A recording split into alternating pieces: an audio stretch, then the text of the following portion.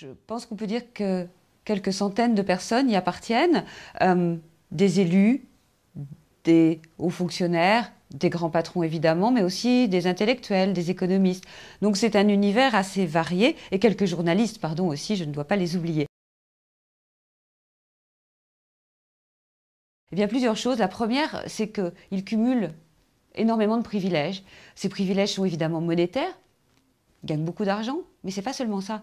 C'est qu'ils gagnent autant d'argent quand ils échouent que quand ils réussissent. Il y a aujourd'hui des patrons qui partent avec des parachutes dorés qui sont indécents. Il y a des rémunérations qui atteignent 400 fois le SMIC. Il y a 20 ans, ce n'était pas 400 fois la plus haute rémunération d'un patron, c'était 40 fois. Donc c'est très différent. Donc beaucoup de privilèges monétaires et beaucoup de privilèges non monétaires, c'est-à-dire un réseau qu'on peut actionner pour tout. On peut actionner ce réseau si on a des problèmes fiscaux. Il y a une cellule à Bercy qui s'occupe en cousu main de tous les gens qui peuvent avoir des problèmes avec le fisc. Ça n'est pas donné à tout le monde. De la même manière, ce réseau permet, par exemple, de ne pas avoir trop d'ennuis avec les médias. On embauche un gourou de la communication qui va faire en sorte que vous soyez bien traité un peu partout. Donc, beaucoup de privilèges, un gros cumul et en toute impunité, c'est-à-dire que jamais les oligarques, ou presque jamais, ne passent à travers les mailles de la justice, mais aussi du chômage et éventuellement du discrédit. Je crois que la difficulté de la presse, c'est d'arriver à démonter ce réseau, parce qu'il faut du temps, il faut aller voir des gens. On a vu plus de 200 personnes au cours de cette enquête qui nous a pris 2 ans.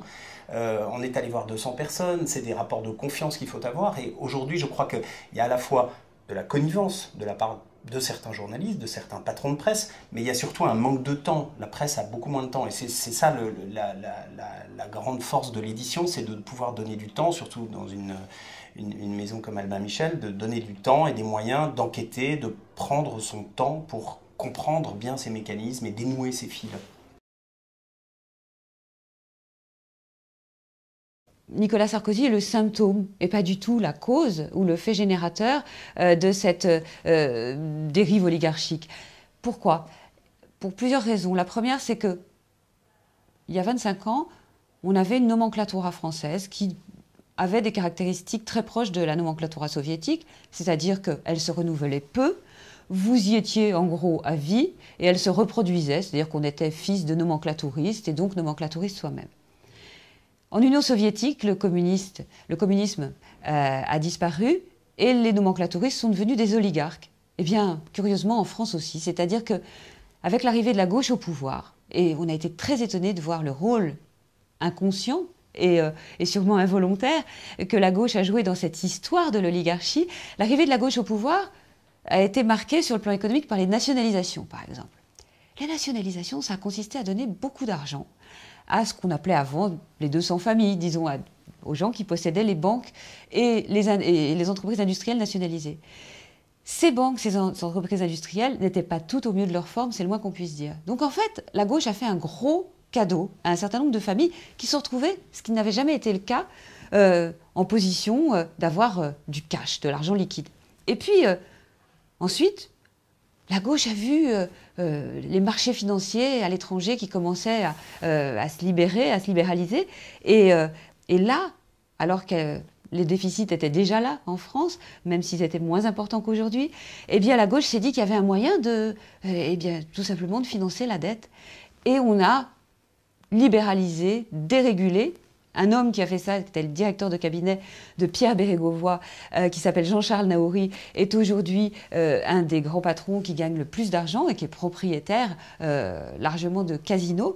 Eh bien, ces gens-là ont effectivement modernisé, on pourrait dire, la finance et l'économie, mais ils ont aussi ouvert les vannes à la cupidité. Et vous avez, pour couronner le tout, 2 grandes banques d'affaires, Rothschild et la Banque Lazare, qui, elles, sont des banques bien privées et qui ont profité des nationalisations, des privatisations, un peu comme les usines marémotrices qui à chaque retour de marée, prennent, dans leur cas, beaucoup d'argent, beaucoup de commissions. On a créé là une sorte de caste qui a appelé les hauts fonctionnaires, à venir travailler dans ces banques, etc., en leur proposant des salaires qui n'avaient rien à voir avec ce qu'on proposait auparavant, si bien que on en arrive au constat suivant. Aujourd'hui, parmi l'élite de la fonction publique, c'est-à-dire l'inspection des finances, vous avez plus de la moitié des inspecteurs des finances qui travaillent dans le privé et qui se font beaucoup d'argent. Oui, pourquoi? Parce que son élite est beaucoup plus fermée qu'ailleurs. Bien sûr, il y a des systèmes de corruption, de réseaux qui existent aux États-Unis, en Grande-Bretagne, en Allemagne. Mais la France a cette spécificité d'avoir une noblesse d'État, une noblesse d'entreprise beaucoup plus fermée et beaucoup plus protectrice pour ceux qui en font partie que d'autres pays. Aux États-Unis, vous entrez dans l'élite, vous en sortez quand vous vous comportez mal ou quand vous avez des désastres financiers. En France, on est toujours récupéré d'une certaine manière par le système, par l'appartenance. C'est l'appartenance plus que la compétence qui compte, ce qui n'est pas le cas dans d'autres pays. Il y a évidemment des gens très incompétents qui en ont fait la preuve et qui restent au sommet de l'État ou pas loin. Ça, c'est un vrai problème franco-français et c'est une vraie exception française.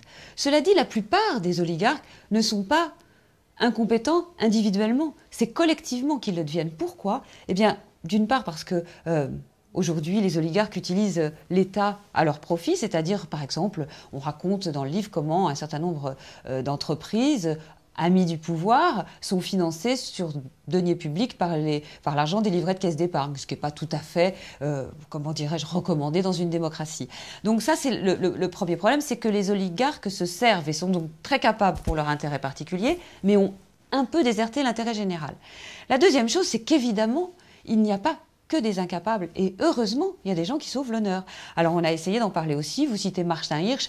On peut parler notamment de Jean-Pierre Jouyet, le président de l'autorité des marchés financiers, qui a fait quasiment toute sa carrière d'inspecteur des finances dans le secteur public, qui est une sorte de, comment dirais-je, d'incarnation du service public, j'allais dire à l'ancienne.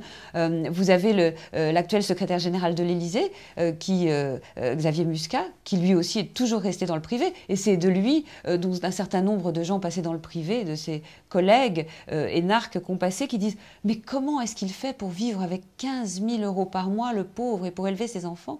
Ce qui prouve de manière effrayante la coupure qui existe aujourd'hui entre l'oligarchie et le reste du pays.